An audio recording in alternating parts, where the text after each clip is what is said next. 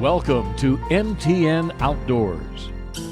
Hey guys, welcome back to another episode of MTN Outdoors, where we talk about all things outside Montana. This guy loves it outside, let me tell you. Look at him. Don't you love it outside, buddy? But right now, as you can see, it's getting a little colder. I'm a little more bundled up than last week if you tuned in. Last week at one point I had a t-shirt on while I was sitting in front of a lake, a frozen lake at that. And things are a little odd for some animals as well.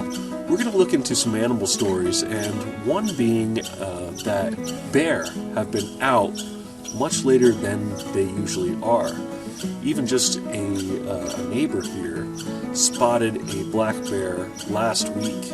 So we're going to look into that. We're also going to check back with what's happening with deer and elk with chronic wasting disease. And so we'll look into some stories dealing with some animals happening around these parts. Thanks for tuning in, guys. Check these out.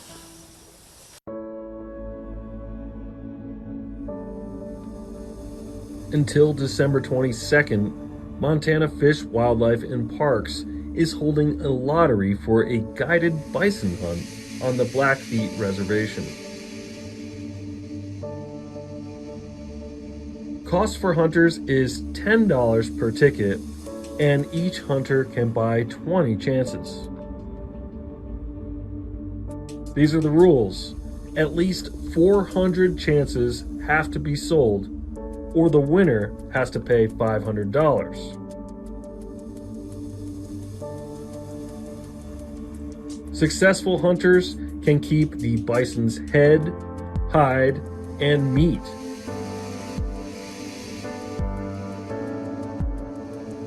If you want a chance at getting a buffalo and being that winner, you can apply on Fish, Wildlife, and Parks website. Even if your name isn't Bill. Good luck out there, hunters.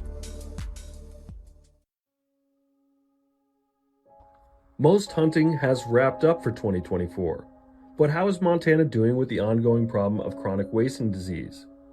It's the contagious disease that impacts members of the deer family, like mule deer, whitetails, elk, moose.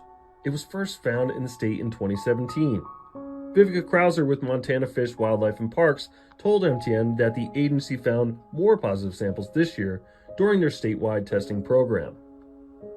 This season, 3 elk in southern Montana were confirmed to have CWD, and the disease was found for the first time in wild deer in Flathead Valley. We've had CWD in elk in the Flathead prior, but there is kind of an extra emphasis in some of the places up there, especially in the Libby area, where we are requiring sampling for deer hunters up there to get a better sense of what's going on. The Libby area has some of the highest rates of CWD in the state. Krauser said that CWD is more prevalent in deer than elk, but FWP also receives many more samples of deer. Data from this year's season is still rolling in.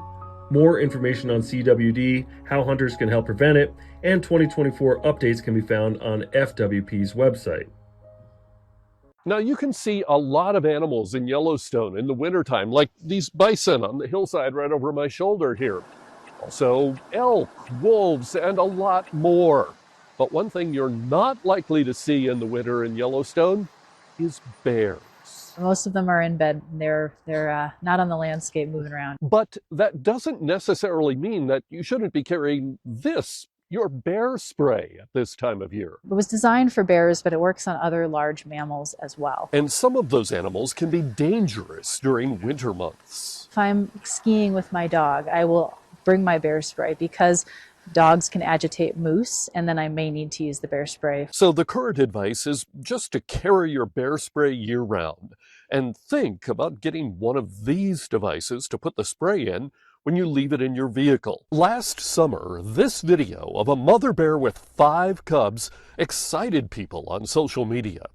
The cubs have not been seen for months, and bear biologists say It's unlikely the big family is all together in a den this winter. Cub survival is about 49%, so there's a good chance that she's going to lose at least 2, maybe 3 of those 5 cubs. In Yellowstone, there are a growing number of reports of people seeing bears very late in the fall, early in the spring, even during the middle of winter during the heavy snow season. But Danielle tells me that doesn't necessarily mean that this is happening because of climate change. Scientific studies don't show that. Instead, it could be that you have an exceptionally warm year, or maybe there's a lot of food available in a given year, and bears will stay out so long as they can get food.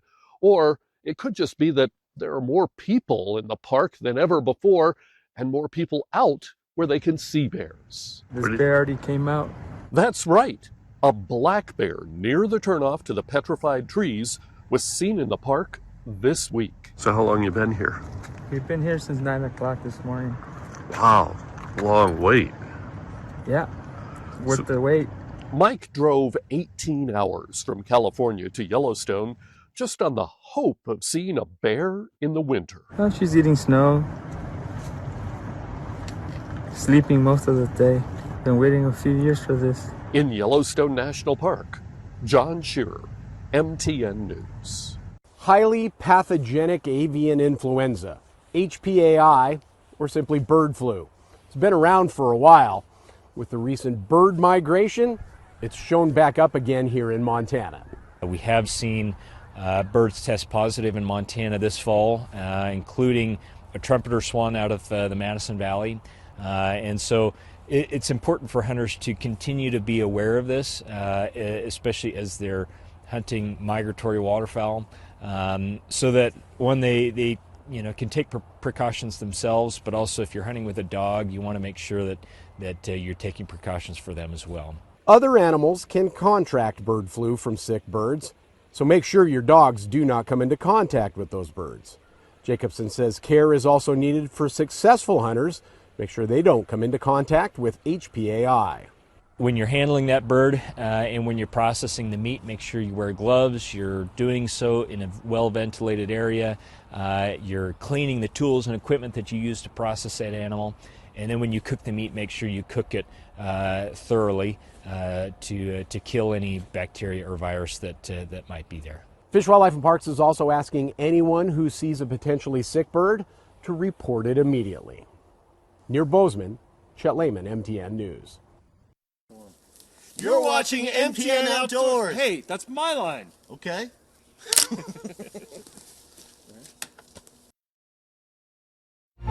We now return to MTN Outdoors. While I was shooting this week, I had a fan.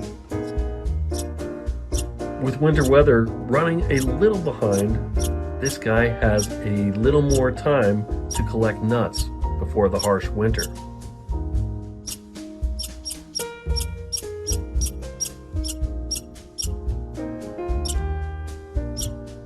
As you can see, he isn't camera shy at all.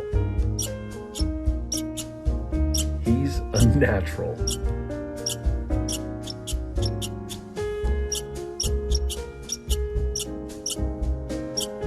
Likewise, we all have a little more time to get ready for that harsh winter to come.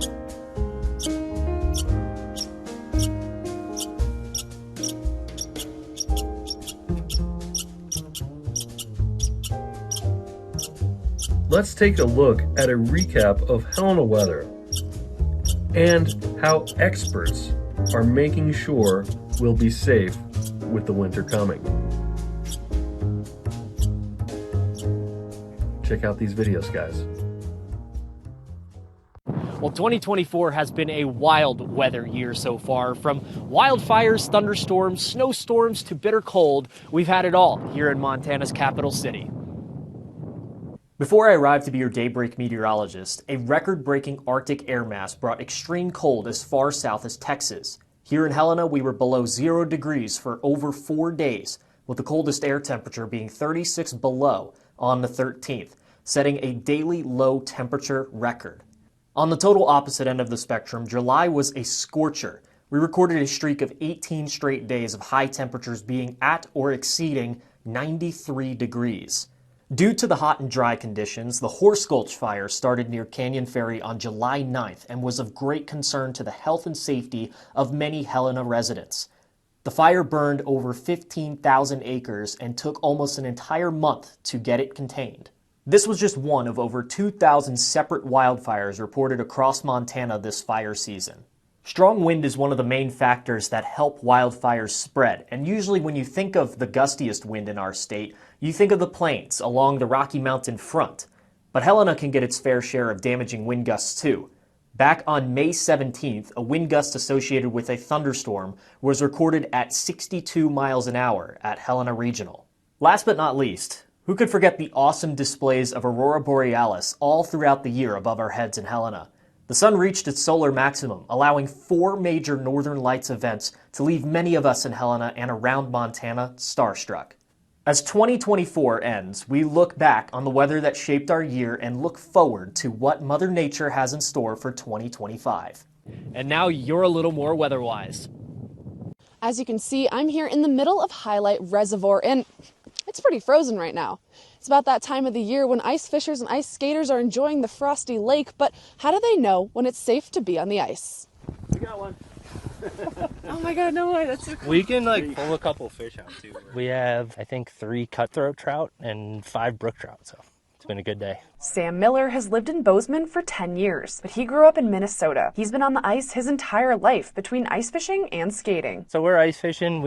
I came up here 3 days ago just to check the ice. So how does Sam check the ice? If you have just a pick or a kind of a pry bar or something, you can walk out and check the ice. Sam also uses a tool called an auger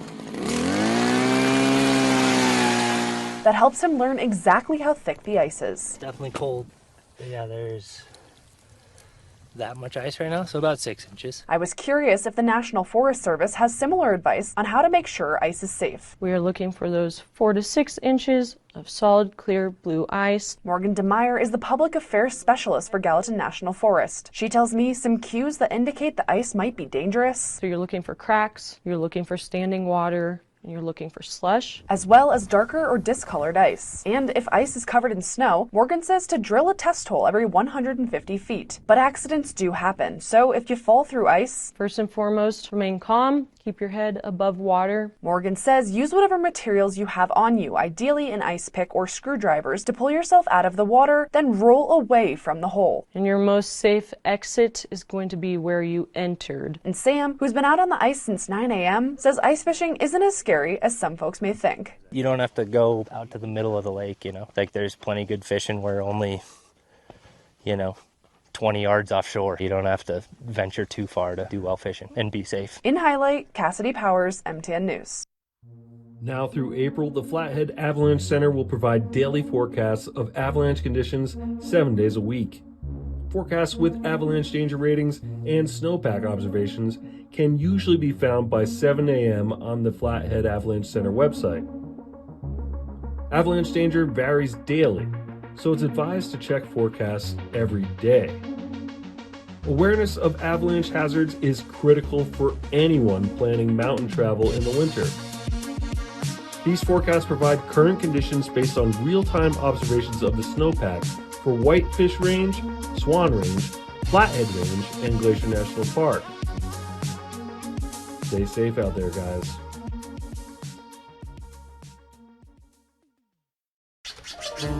Hang around for more MTN Outdoors. When we come back after this break, we're going to look into a lawsuit that's going on that could affect a couple species that are pretty important here in Montana. Also, we're going to find out about a place that you can go and hike while the sun is still shining. We'll be right back, guys. Thanks for watching MTN Outdoors. We now return to MTN Outdoors. We have some time here before winter sports season fully kicks in that we really should take advantage of. Before all the grounds are covered in snow and ice, We can walk around without slipping. And going up hills isn't too treacherous.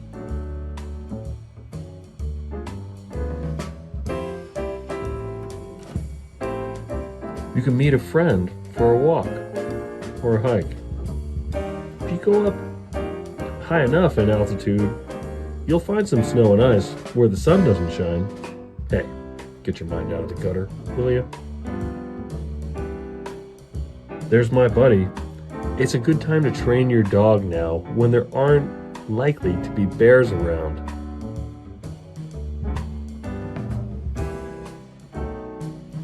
He's such a good boy.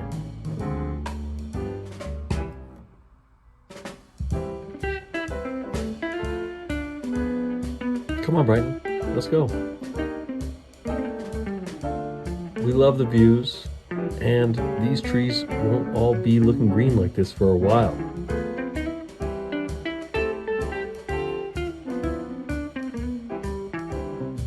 Soon this will be all covered in snow. There's Carroll College.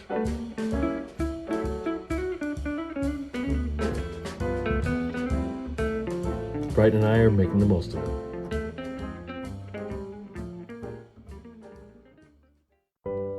Local and national conservation groups filed a lawsuit claiming road management in the Bitterroot National Forest could put 2 classic Montana species at risk. Concerned about grizzly bears and bull trout, Bozeman environmental firm Earth Justice followed through on threats to sue the Forest Service and U.S. Fish and Wildlife Service. This all stems from a 2023 amendment to the forest plan that focused on elk and trees, but also changed road building policies. The conservation groups represented in the suit, such as Friends of Bitterroot, say that the Bitterroot habitat is vital to wildlife population health. The lawsuit claims amendment violates the Endangered Species Act and that the agencies do not adequately consider its impacts. Roads and road use displace grizzly bears and fragment their habitat, and roads also deliver sediment to bull trout streams, which can cause all sorts of problems for bull trout.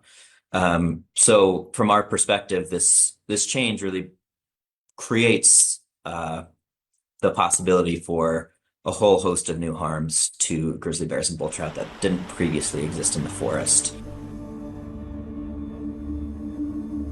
When approving the amendment, the Forest Service determined it would not impact trout, and while it would negatively impact grizzlies, they had habitat plans to mitigate harm. We reached out to the Forest Service and Fish and Wildlife, and they say they have no comment on the pending litigation.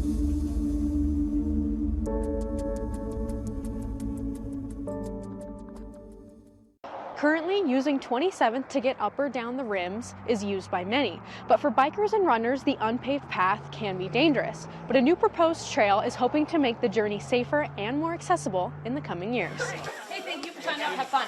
Billings TrailNet system is certainly growing for runners of all kinds. More than half my runs and walks are on trails. They're oftentimes free of snow and ice, and so they're a safe place to run. One of the most notorious spots in town for elevation training is 27th Street North, from MSUB up to the airport.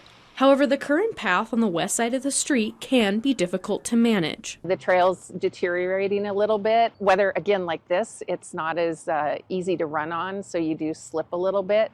And it's a little scary to run up there. There's not a lot of room. The width it's fairly narrow up there. But a new trail is being proposed by the Billings TrailNet to create a safe path on the east side, where the road meets the rim rocks. With MSUB right here, and then the new Intermountain Health Complex, and then the airport, there needs to be a connection. Executive Director Christy Drake has been working endlessly to get the plan secured and funded through both private and grant funds. What we've done so far is we've met with MDT and the Planning Department for City of Billings. There is like a big giant grant coming up in April, which it'd be about $1.8 million. It's a plan, but one that's not set in stone quite yet. There are some engineering issues that could prevent the trail from coming to fruition, like the dangers of moving the road or the rocks. MDT is really concerned about putting anything else on this road because of the runoff from the house side where there's a lot of residences. There's just an awful lot of things that are going on with this road that may make it not possible to build a trail here. But they're determined, saying that the now approved stagecoach trail along Zimmerman has given them hope that it can be done. And for these runners, it's a trek that will be worth it. Opening that up is going to be a big safety thing and also for commuters. I think it's really a great thing for Billings, and it's a lot safer than than having to run on the roads all the time. In Billings, Isabel Sparts, MTN News. Hey guys, I hope you enjoyed this week's episode of MTN Outdoors. I hope you really liked some of the stuff that you saw, and if you do want to reach out to us at any point, you should email me at keith.grevenitz@ktvh.com. Now, like we said, we're a little behind on winter, and it's getting cold, but that snow isn't quite here yet. But I would take that as a really good opportunity to take care of some of the stuff you need to be prepared for when that weather does come along. For me, I've been very busy since I've gotten here, and I've had a hard time finding time to get my snow tires put on. So I'm going to do that, make sure I do that before winter strikes. But thank you guys for watching. Stay tuned every week at 10:30 on KTVH, or you can check us out on YouTube with MTN Outdoors. I'm Keith Grevenitz. Have a great one, guys.